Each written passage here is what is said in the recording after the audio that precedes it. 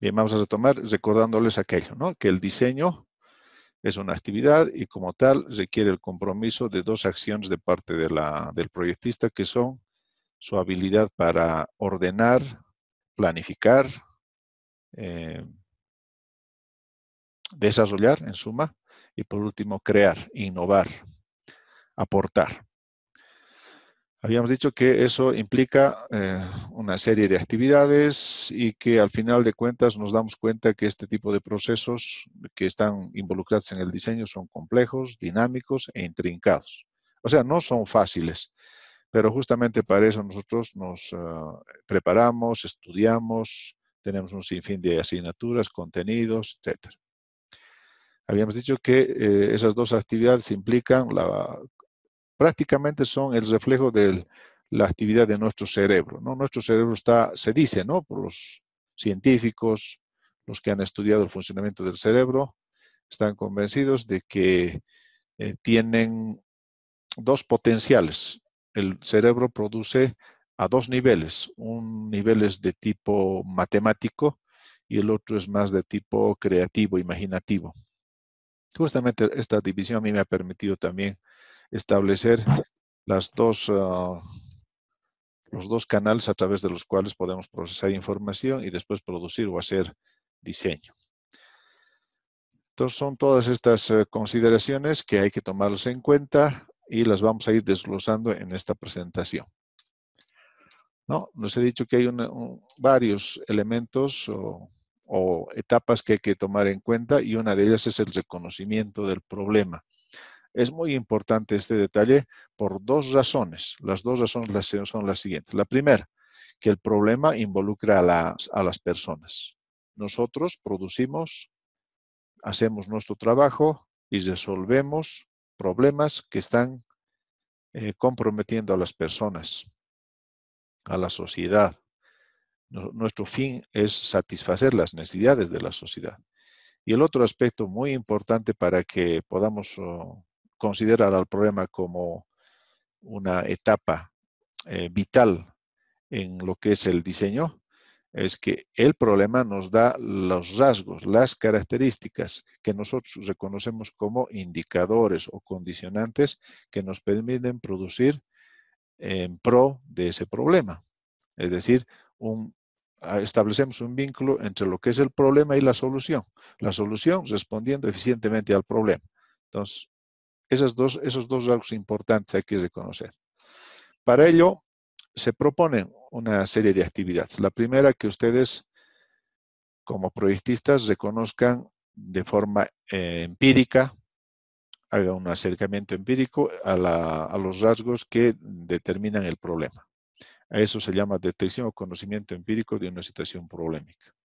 Esa primera fase es el acercamiento que tiene el proyectista con relación al contexto en el cual está ese problema y las características que posee. Esas características están vinculadas al espacio físico y a las características de la sociedad, la parte demográfica, sus costumbres, cultura, etc.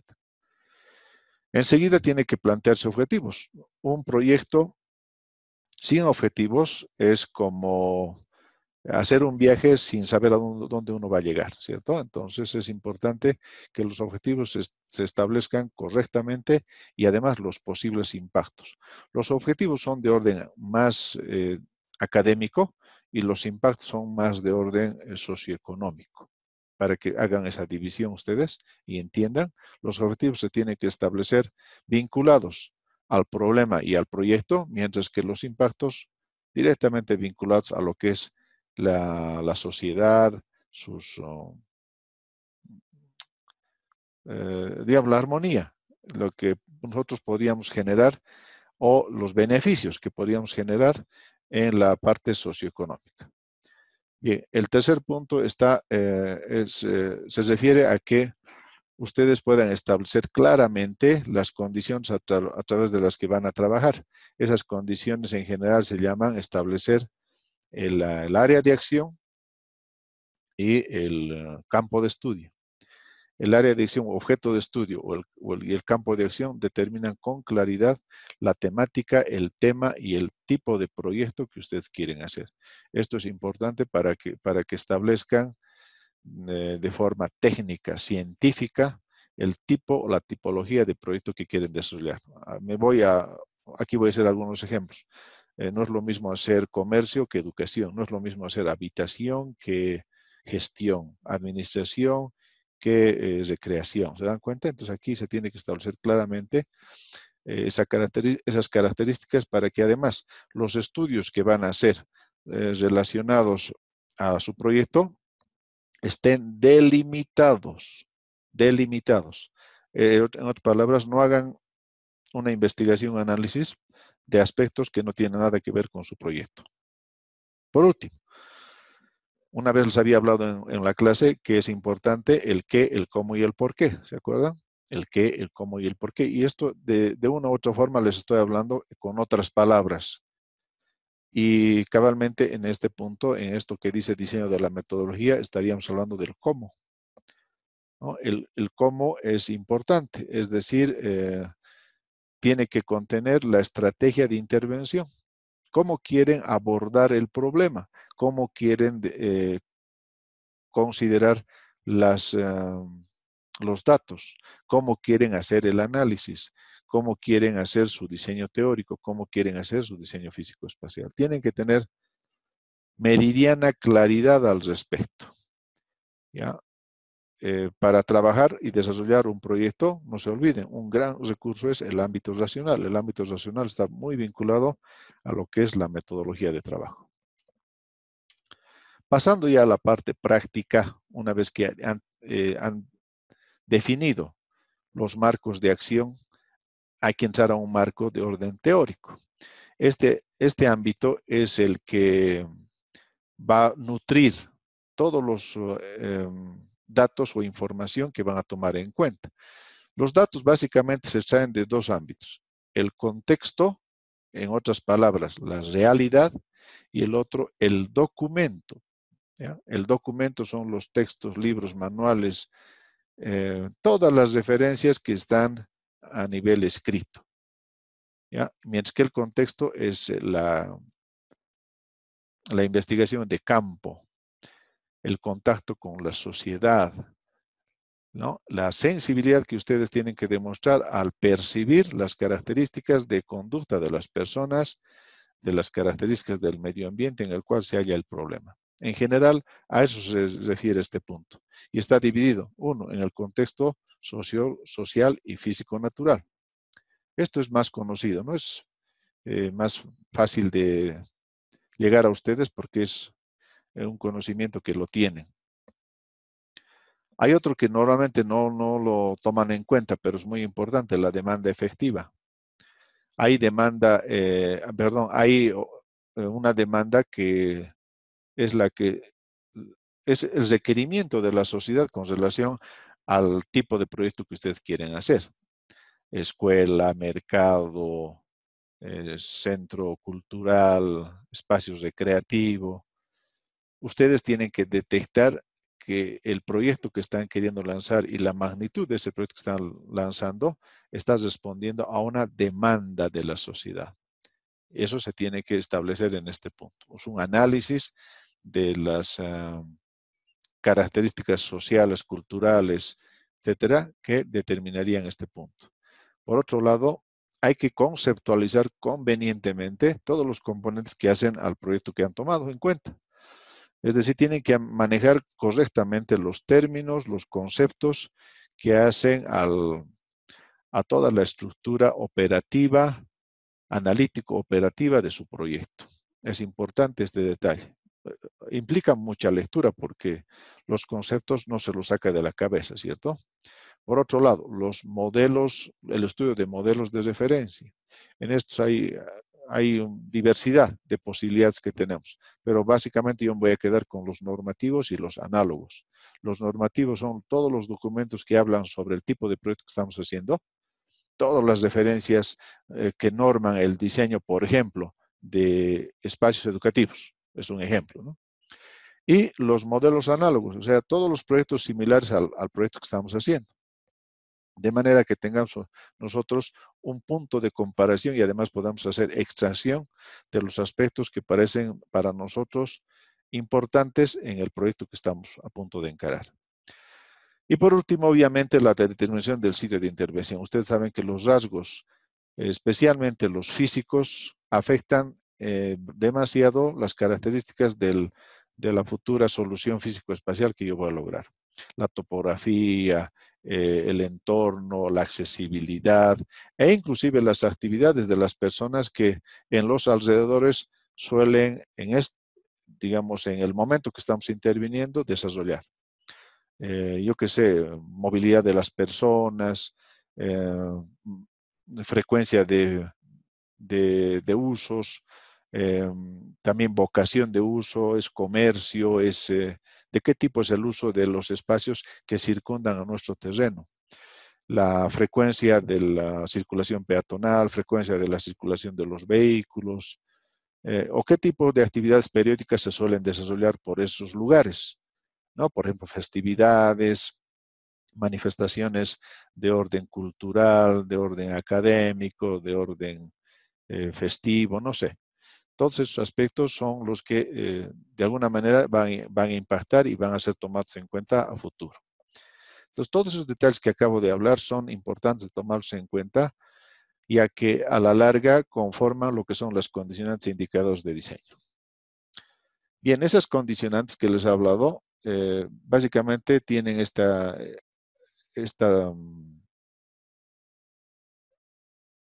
camino, ¿no? Este lineamiento de trabajo. Tenemos que tener con mucha claridad la fuente que hemos analizado, la fuente de información, me estoy refiriendo a eso.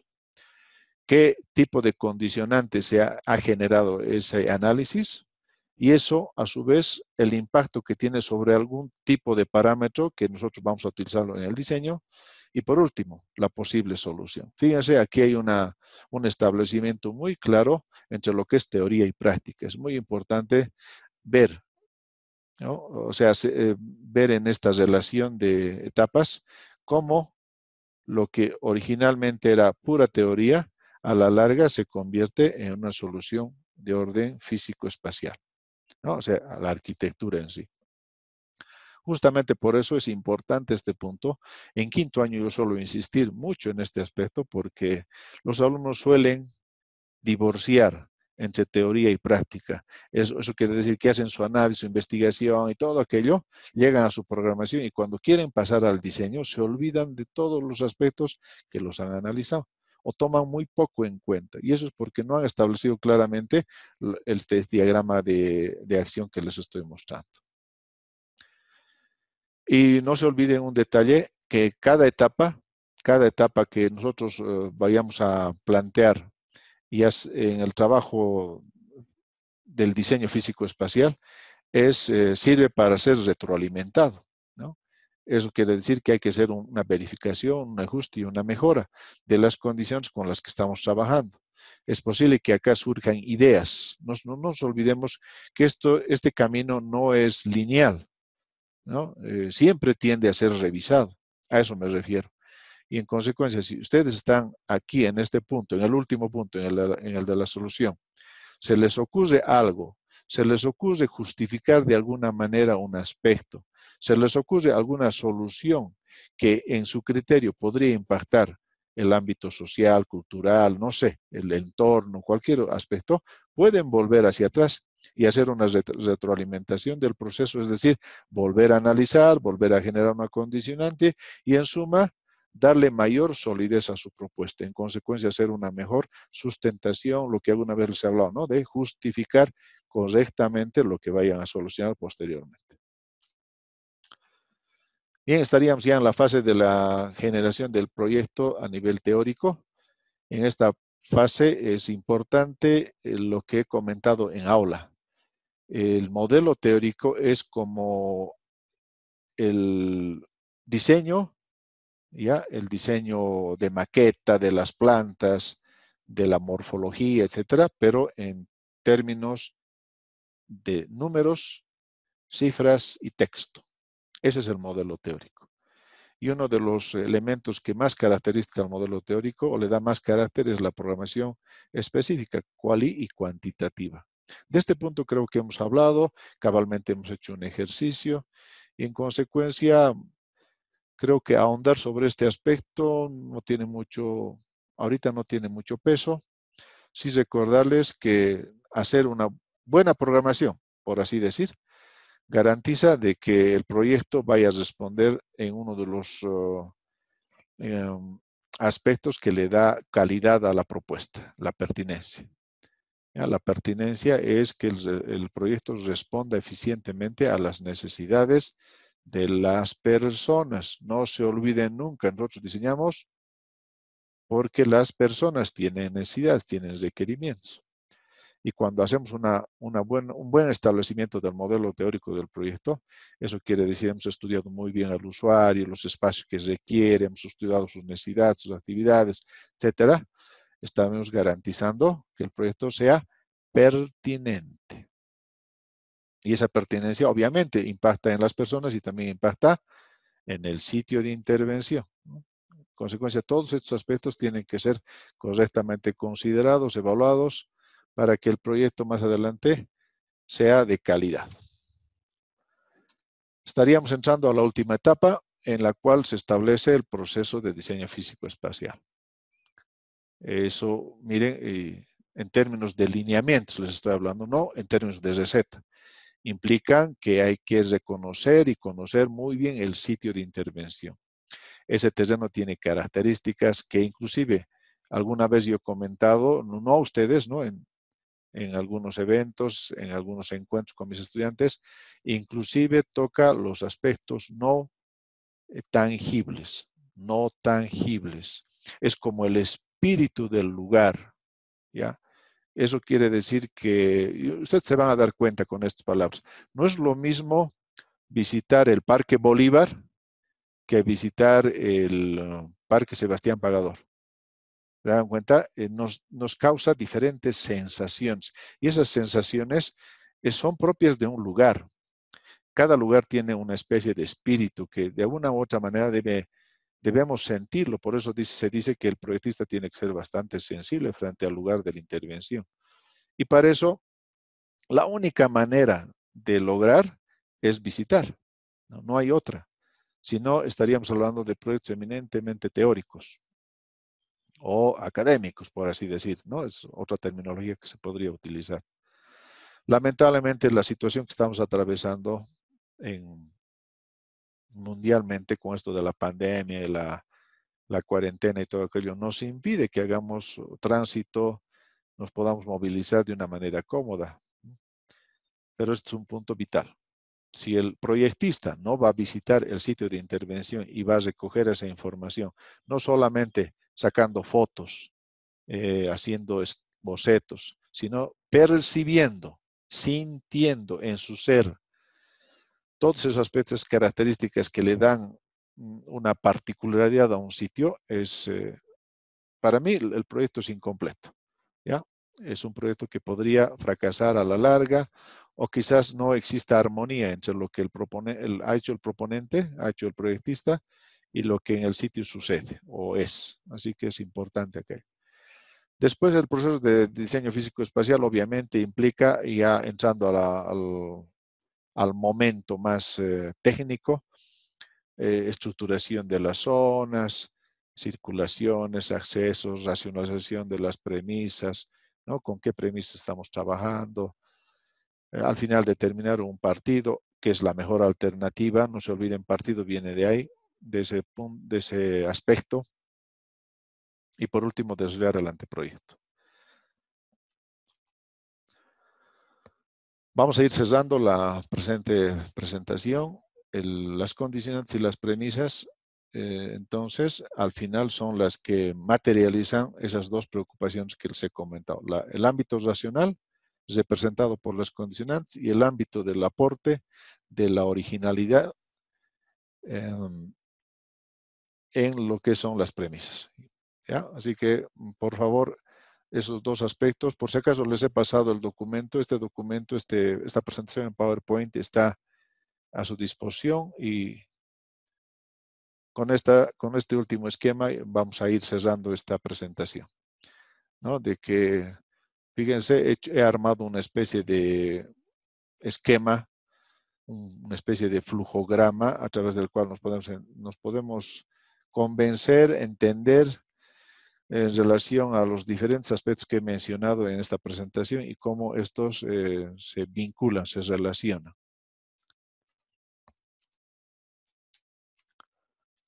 Estas son las conclusiones. Nuestra producción tiene que ser equilibrada entre lo que es racionalidad y creatividad.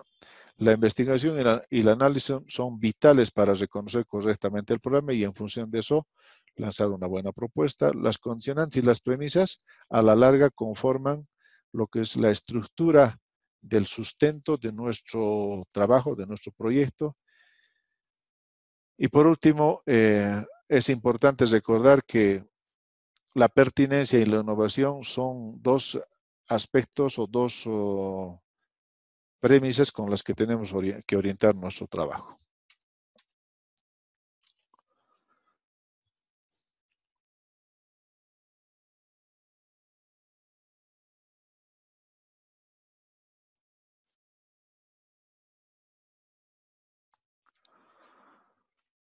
A ver si alguien me puede responder. ¿Han oído la presentación? Sí, arquitecto. Bien. Tienen un documento que les he compartido a través del grupo de WhatsApp, que es el documento PowerPoint con el cual podrían ustedes hacer algún refuerzo. Esta instrumentación estaba orientada a hacer una reflexión y además una organización de tipo mental para que produzcan más adelante. Bien, lo último que quiero mencionar en esta clase, que nos los van a cortar en cualquier rato, ya me han advertido, estamos a poco tiempo de 7 minutos prácticamente para que se termine la reunión, es lo siguiente. He decidido dos cosas, pero que espero me apoyen ustedes, ya que no van a tener por el momento ninguna calificación. ¿Ya? Dos cosas he decidido. Lo estoy anunciando ahorita y más tarde, tal vez organizando mejor las ideas, les puedo hacer llegar a través del grupo. La primera es con relación al proyecto del primer cierre. Me refiero a que creo que es conveniente para prever las consecuencias con relación al seguimiento académico, que posteriormente siempre, a pesar de todo lo que uno ha vivido en la facultad, las autoridades se olvida. Yo les quiero sugerir, no imponer, ¿ya? No imponer, porque al final, a la larga, si hay reclamos, yo voy a dejar de lado esta sugerencia, es que el primer cierre, no sé si se acuerdan, era un espacio recreativo, una especie de espacio comedor y mirador, lo puedan culminar en forma individual en base a un terreno que yo les mandaría con topografía ya estudiada, que no es un terreno real, pero tendría más o menos similares características con relación al terreno que estábamos queriendo usar. ¿Ya? Voy a volver a repetir. Como primer cierre, como proyecto de primer cierre, mejor dicho, yo les pediría, por favor, terminar con los rasgos y características y limitaciones que ustedes tengan, el proyecto llamado Restaurante Mirador. Pero como no hemos definido nada hasta el último día antes de la cuarentena con relación al terreno, yo les proporcionaría un modelo en 3 dimensiones, ya les mandaría el documento y ese documento ustedes lo podrían utilizar, perdón, ese terreno podrían utilizarlo para terminar el proyecto llamado Restaurante Mirador, básicamente a nivel de concurso de ideas. Eso quiere decir que elaborado en una especie de anteproyecto con requisitos mínimos, que los podríamos establecer el día lunes, digamos. Entonces está haciendo esta especie de sugerencia para que ustedes el día lunes, cuando nos encontremos, me digan, sí, nos animamos a hacer todos, o no, o hay alguien que tenga algún inconveniente, entonces suspendamos. Pero esa es mi idea. Y sin presionarlos con notas de ningún tipo y de presentaciones de ningún tipo, nos lanzaríamos con la elaboración de este trabajo en forma individual, personal, hasta que se pueda retornar a la evaluación correspondiente. Digo retornar a la evaluación porque quién sabe, no podemos volver a clases presenciales, al aula, pero nos dicen a su vez que ustedes tengan que elaborar algún trabajo, pero ya habría algo avanzado, ¿ya? El otro detalle que quería mencionarles es que con las similares características podríamos encarar el segundo cierre. El segundo cierre, no sé si se acuerdan, estaba destinado a la elaboración de un proyecto alternativo al edificio de la Facultad de Arquitectura. ¿Ya? Nosotros tenemos un edificio y que no funciona bien. Convencidos que la funcionalidad de ese edificio no es la mejor, lo que pretendíamos es borrar muros, puertas, ventanas, dejar la estructura y proponer una nueva alternativa de solución físico-espacial usando no solo el mismo terreno, sino la misma estructura, es decir, columnas, vigas, etc. Esa era la idea. Pero no creo que podríamos hacer con esas características el segundo tema, desarrollar el segundo tema, no creo que se pueda. En consecuencia, lo que podríamos hacer es mantener el tipo de proyecto, un proyecto de educación, educativo, por ahí el bloque de posgrado de la facultad y hacerlo en otro terreno. Y lanzarlo en esas condiciones, hacer una instrumentación sobre educación, sobre, bueno, toda la teoría que podíamos hablar al respecto y que ustedes desarrollen un proyecto en forma individual también con similares características. Pero estas son ideas. Se me ha ocurrido, hemos charlado con el arquitecto Checa, el arquitecto Benítez y son ideas que estoy poniendo a consideración. Ustedes tienen hoy día, el sábado y el domingo para tomarse en cuenta, considerar, comunicarse entre ustedes. Si hay gente que está muy incómoda, que no quiere hacer absolutamente nada o siente incomodidad o dificultades técnicas, económicas para encarar cualquier trabajo, bueno, tienen que manifestarse, ¿no? Para que no tengamos inconvenientes en adelante. Entonces, la reunión que estaría convocando para el día lunes a las 9 de la mañana tendría inicialmente ese propósito, ¿ya? Coordinar con ustedes, charlar, poner, digamos, las cartas sobre la mesa, sobre los primer cierre y el segundo cierre, ¿ya? Solamente eso. Por favor, entonces, tomar en cuenta esas recomendaciones, tomar en cuenta el documento, vuelvan a estudiarlo. He grabado por si acaso esta clase, así que la explicación que la he hecho un tanto ágil por el tiempo, como clase, la voy a volver a publicar en YouTube, como la anterior, me imagino, creo que han visto, y va a estar disponible a través del portal con el enlace correspondiente. Ya por mi cuenta, eso habría sido todo. Les agradezco su presencia, participación.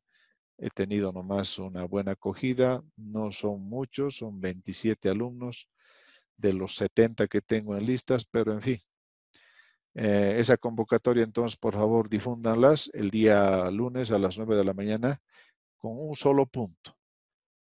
Si es que las ideas que les he planteado sobre terminar en realidad el proyecto del primer cierre y encarar el proyecto del segundo cierre, ¿les parece o no? ¿O qué criterios podrían tener al respecto?